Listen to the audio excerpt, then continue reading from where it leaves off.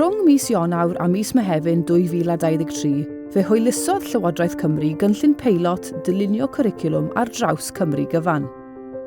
Mae cwricwlwm i Gymru yn gofyn i'r proffesiwn addysgu feddwl yn wahanol am y ffordd y maen nhw'n dylunio cwricwlwm, gan symud o fodel cynllunio a chyflwyno gwersi i ddull mwy soffistigedig o gynllunio dysgu a diben. Yn ganolog i hyn, y mae'r 4 diben. Gweledigaeth ar y cyd yw'r 4 diben, a dyma'r dyhead ar gyfer pob plentyn a pherson ifanc yng Nghymru. Mae Understanding by Design yn fframwaith cynllunio cwricwlwm ac asesu sy'n cael ei ddefnyddio yn eang ledled y byd. Mae'n gosod ffocws ar addysgu i sicrhau dealltwriaeth a throsglwyddo drwy ddefnyddio proses ddylunio tuag yn ôl. Nod y prosiect peilot oedd archwilio'r ffordd yma o feddwl a chefnogi'r gwaith dylunio cwricwlwm ysgol wrth i ni barhau i ddatblygu ein dealltwriaeth o sut i ddefnyddio fframwaith cwricwlwm i Gymru.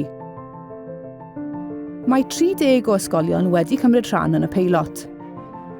Mae 2 ymarferwr o bob un o'r ysgolion hyn wedi gweithio gyda'i gilydd dros gyfnod o 6 mis.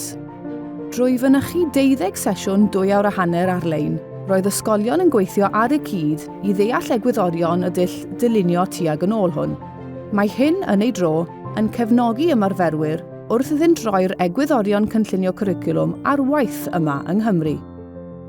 Dros y 12 sesiwn, fe wnaeth y grŵp peilot fyfyrio ar ei harferion ei hunan a gwerthuso'r dull gweithredu hwn ochr yn ochr â'i prosesau dylunio presennol. Gan ddefnyddio model ymholi gwerthfawrogol, ystyriodd y grŵp yr hyn y gellid ei gymhwyso i'w cyd-destun ei hunan, yn ogystal â'r hyn a allai fod yn ddefnyddiol i ni yng Nghymru yn gyffredinol. Mi wnaeth y peilot roi amser penodol i gyfranogwyr gydweithio a phrofi ei ffordd o feddwl gydag eraill, yn eu lleoliadau ei hunain ac ar draws ysgolion eraill yng Nghymru hefyd. Mae gweithio ochr yn ochr ag arweinwyr mewn addysg gychwynnol athrawon, ac arweinwyr ac ymgynghorwyr dysgu proffesiynol rhanbarthol a lleol i ddefnyddio EduPlanet 21, the Understanding by Design UBD Institute, wedi bod yn agwedd allweddol ar y cynllun peilot. Mae'r 6 llwybr dysgu yn cynnwys 1. Syniadau mawr Understanding by Design. Bydd y cyfranogwyr yn nodi ac yn archwilio'r 3 cham o fewn Understanding by Design, ac yn archwilio'r cysyniadau o ddylunio tuag yn ôl ac addysgu i sicrhau dealltwriaeth a throsglwyddo.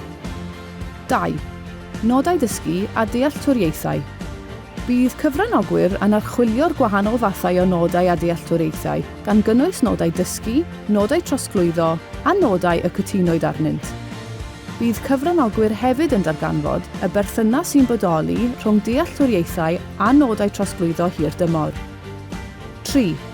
Cwestiynau hanfodol, gwybodaeth a sgiliau. Mae cyfranogwyr yn dysgu am rôl y cwestiynau hanfodol, Essential Questions, EQs, a sut mae rhain yn datblygu. Mae nhw hefyd yn archwilio sut mae nhw'n ffitio mewn i gyd-destun datblygu cwricwlwm. Bydd cyfranogwyr yn nodi ac yn gwahaniaethu rhwng gwybodaeth a sgiliau, yr hyn y dylai dysgwyr ei wybod a gallu ei wneud. 4. Tystiolaeth asesu. Bydd cyfranogwyr yn dysgu sut i feddwl fel aseswyr. Bydd cyfranogwyr yn cael eu paratoi'n well ar gyfer cynllunio cwricwlwm ac asesu, gan ddysgu sut i benderfynu pa dystiolaeth sydd ei hangen i asesu a yw dysgwyr wedi cyflawni'r canlyniadau dymunol a dargedwyd yng ngham 1. 5. Tystiolaeth asesu. Bydd cyfranogwyr yn archwilio syniadau allweddol cam 2, tasgau perfformiad, fel ei bod yn fwy abl i gynllunio asesu yn llwyddiannus o fewn fframaeth UBD. 6. Y cynllun dysgu.